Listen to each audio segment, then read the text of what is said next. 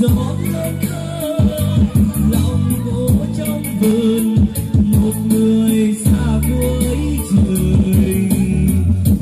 Nơi đây phiền gác canh dài e ấp đôi lời mình còn yêu thương ngoài. Em ơi màu áo vắng sương mình ước huy hoàng được an tay chính nàng. Dâng hoa dâng đến ân tình, tình đến bao giờ hỏi đường xưa mà nhớ con đường xưa em đi. Thời gian có quên gì đã mòn kia vẫn ghi. Khi hồn đến chân thành quán bên đường vắng tênh, chỉ còn em thôi.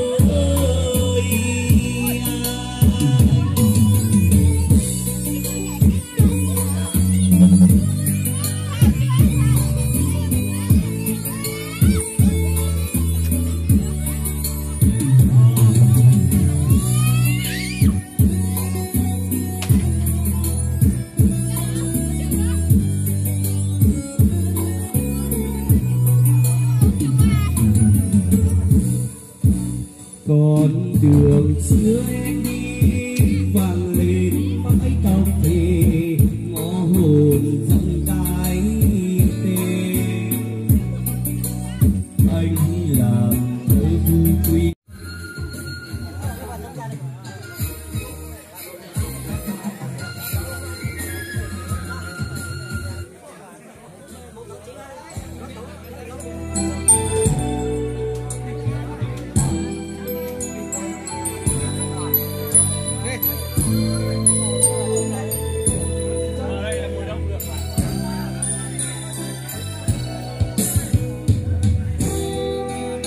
Dạ vâng, cũng được xin toàn thể quý vị quan khách chúng ta hãy nhanh chân và dồn lên chân ban đầu này đi ạ. Để tạo một điều kiện thuận lợi nhất cho gia đình chúng tôi sẽ được chào đón toàn thể quý vị quan khách đến sau trong buổi trưa ngày hôm nay.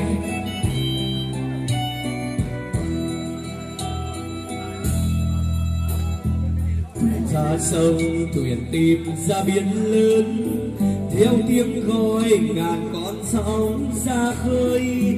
Thuyền có hay sông lặng lòng yên hà, vẫn đợi thuyền nhớ bên sẽ quay về. Ngày em đi để mình anh đứng đó, em có hay lòng anh mãi thương em. Đừng cách xa cho vì một năm người rơi vì người đi mãi không về.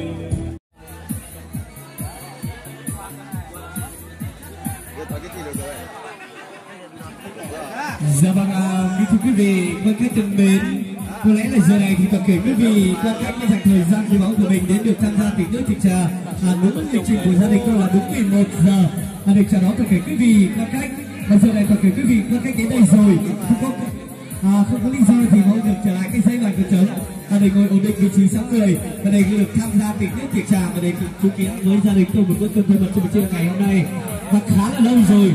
Chú rể chẳng các bạn sánh được với nhau sinh nhật Lù Thủy Văn xin chính thức được bắt đầu.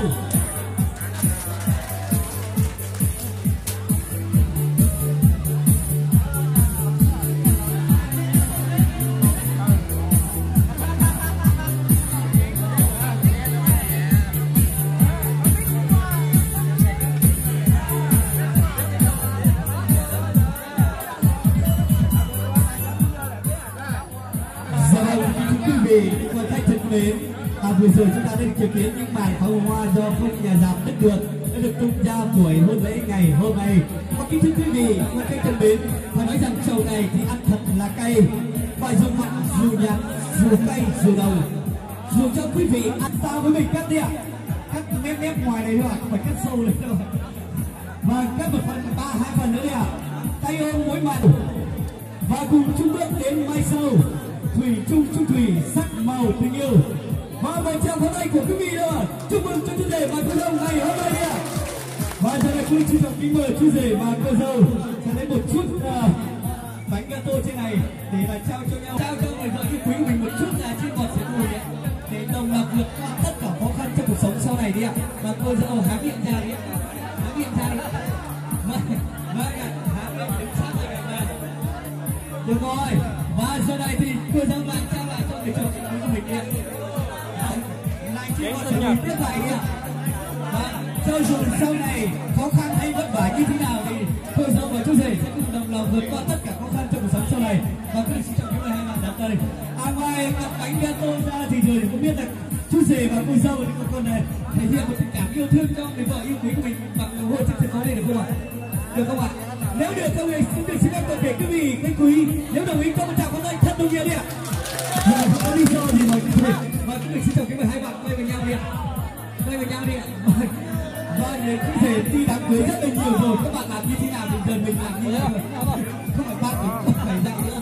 Và cứ làm đi ạ, ôm vào em vợ mình đi ạ, ôm vào, ôm vào em vợ mình và tay cũng dâng là lên vào vai cũng chắc đi ạ, đúng rồi, hai tay, vai bên này nữa, đúng rồi, lôi sát lại gần vào đi. Lúc nào ba chúng tôi sẽ được đến từ 1 đến 3 thì nụ hôn bắt đầu nha.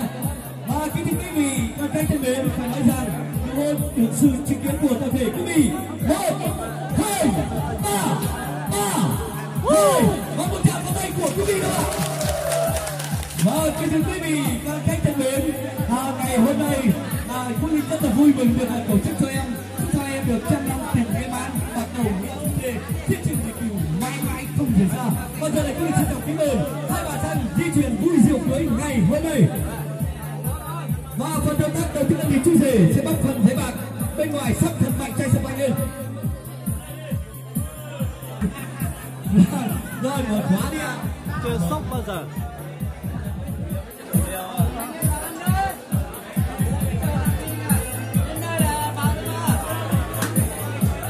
Một tràng pháo tay của quý vị đâu ạ?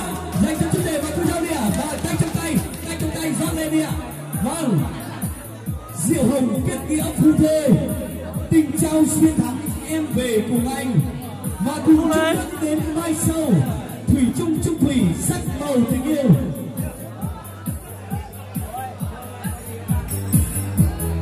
Dạ vâng, kính thưa quý vị, các khách thân mến, đã và đang chứng kiến đôi bạn trẻ tay trong tay dâng lên thắp ly tình yêu. Rót hết đi em ơi, rót hết đi.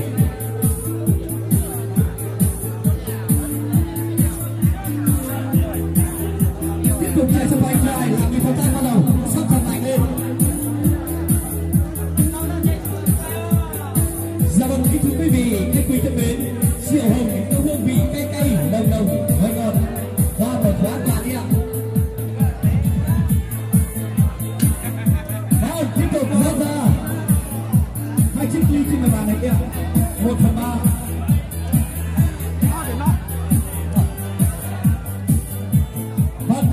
Chú rể và cô dâu tiếp tục rót lên thắp ly tình yêu đi ạ. Và kính thưa quý vị, quan khách thân mến, muối 3 năm thì muối vẫn còn mặn, hơn 9 tháng thì gừng vẫn còn cay. Dù cho đôi ta vượt qua khó khăn trong cuộc sống sau này, thì hai bạn hãy cùng đồng lòng vượt qua tất cả khó khăn trong cuộc sống. Và giờ này chúng ta đã và đang chứng kiến đôi bạn trẻ rót lên thắp ly tình yêu trai cuối cùng. Và một tràng pháo tay của quý vị rồi, chúc mừng cho đôi bạn trẻ ngày hôm nay. Và quý vị xin chào kính mời hai bạn sẽ được cầm chiếc ly uống hình thức ra môi ngày mai. Và quý vị xin chào kính mời hai bạn đứng lên diện chính giữa này đi ạ. Và đan tay nhau đi ạ, đan tay nhau. Và kính thưa quý vị, đoàn khách thân mến, và sau khi những người làm chương trình chúng tôi sẽ được đến 1, 2, 3 giờ thì quý vị xin chào kính mời hai bạn sẽ được uống hình thức uống rượu ra môi ngày hôm nay. Và kính thưa quý vị, đúng là ngày xưa thì Ngọc Hoàng lúc đất diễn tiên xếp vào bình ngọc kết duyên cuối cùng. 1, 2, 3, rồi 2, 3, rồi 2, 3 xin chúc mừng. Và một tràng pháo tay của quý vị đâu chúc mừng cho đôi bạn trẻ ngày hôm nay. Dạ vâng, kính thưa quý vị, quan khách thân mến, buổi hôm nay của gia đình tôi đến giờ này cũng được xin khép lại. Và để được nói về hiện tại quá khứ sau này, và để chúc mừng cho hai bạn được trăm năm hạnh phúc, và để cảm ơn tấm lòng bạn của quý vị đã chút thời gian gặp đến đây rồi. Và quý vị xin chào quý vị hai bạn đã trên phía một bước để có một cái gần đầu để cảm ơn toàn thể quý vị ngày hôm nay đến chứng kiến toàn thể quý vị.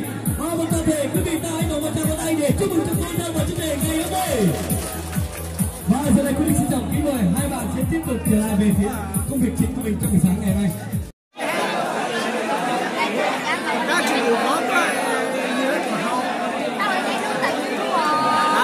Hả? Các tôi nhớ YouTube này, có biết của các tôi YouTube này. Mình nói là giờ cô đi tận nó về có được 800 triệu nhỏ em không? Giờ cô tận có phụ cô chung nó về có tháng còn có.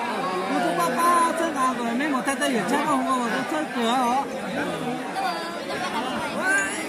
Ơi, có gì đấy? Chưa. Có YouTube nào có nhiều tiền.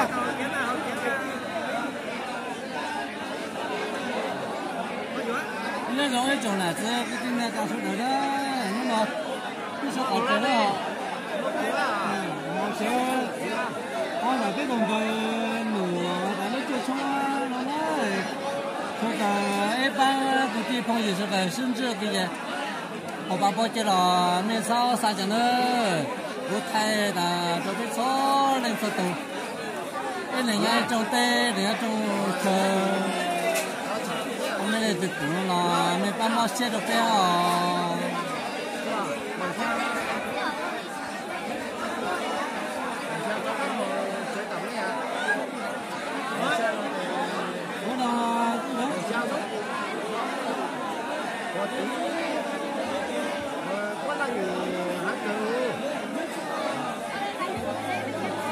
có nhiều cái nó có khác rồi.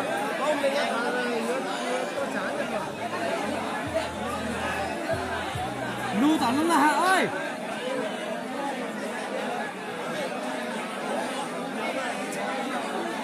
Hay vậy luôn, tao giờ lưu mà khó lắm rồi. Gì đó à, nhớ nữa.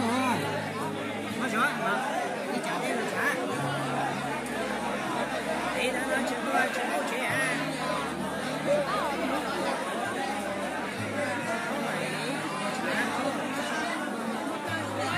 Nhà dùng nó đã biết rồi. Rồi.